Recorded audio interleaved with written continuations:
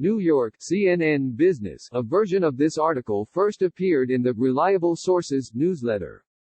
You can sign up for free right here. Outrage inside NBC. Staffers at NBC News are outraged, and a bit confused, after President Trump viciously attacked their network's White House correspondent, Peter Alexander, at Friday's coronavirus briefing. Alexander, if you didn't see, asked Trump what he would say to Americans who are frightened amid the coronavirus pandemic.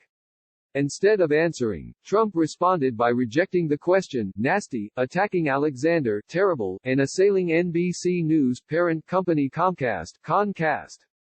The verbal tirade, which Trump defended after Caitlin Collins asked whether it was appropriate, did not go over well with people inside NBC News. Outrageous, one senior NBC News employee told me of Trump's behavior. Entirely unprompted. WH reporters should ask tough questions and Peter often does, but that wasn't even a tough question. Other NBC News staffers expressed a similar sentiment. It's absolutely nuts he was attacked for asking a legitimate question, one NBC News reporter told me. Extremely bizarre, said another. It was a totally fair question with an obviously accurate premise. The reaction made no sense. Yet another staffer told me, it's unsettling when these acts happen, but we continue to do our work. Andy Lack's statement, Peter Alexander is an outstanding reporter. His line of questioning at today's White House briefing was fair, straightforward, and necessary. We call this a softball. Appearing on NBC after the press conference, Alexander explained that he was offering Trump a platform to comfort the American people. I am sure there are plenty of baseball fans watching right now. In TV terms, we call this a softball. I was trying to provide the president an opportunity to reassure the public. King goes further, it's bullshit. That's how CNN's John King referred to Trump's unhinged response to Alexander.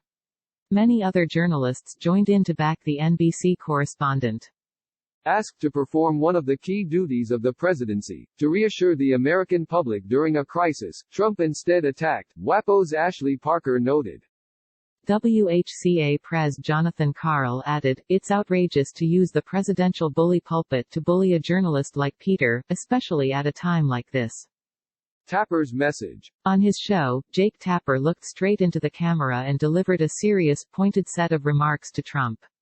Tapper noted that Trump spent months belittling the threat of the virus and only recently acknowledged the gravity of the crisis. He pointed out that Alexander's question would have been easy for any other politician.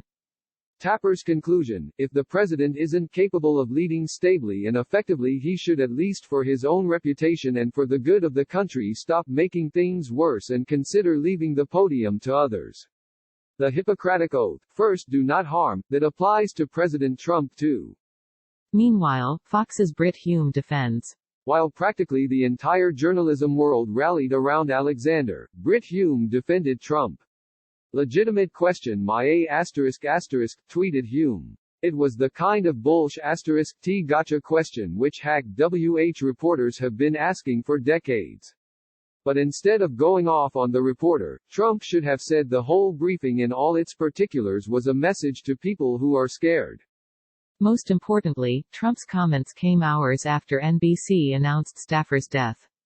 On Friday morning, Andy Lack announced that Larry Edgeworth died Thursday after testing positive for COVID-19. Edgeworth was a veteran audio technician. He is survived by his wife Crystal and 2 sons. Lack said the network is doing everything we can to support his family during this very difficult time.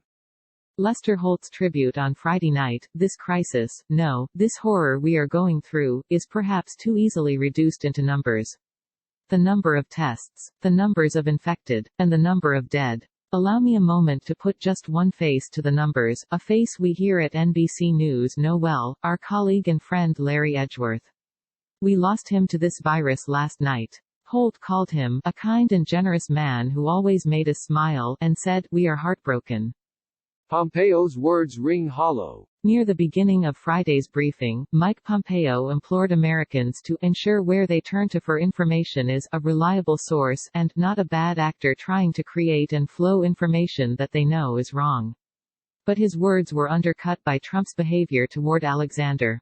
And it was quite rich listening to Pompeo make that statement, when Trump the day before smeared the nation's top 3 newspapers, and praised a far-right media organization that regularly peddles conspiracy theories on his behalf. If I were Pompeo, I would focus my efforts on the President of the United States. Sean Spicer returns to briefing room. Former WH Press Secretary Sean Spicer made a surprise appearance Friday in the briefing room. Spicer, who now hosts a Newsmax show, appeared to become the first former White House press secretary to question the president that they once served from the briefing room, CNN's Betsy Klein and Caroline Kelly reported. Trump called on Spicer by saying, "Yeah, please, in the back." Spicer then asked about how the administration will be helping small businesses, to which Trump said he would be helping them a lot.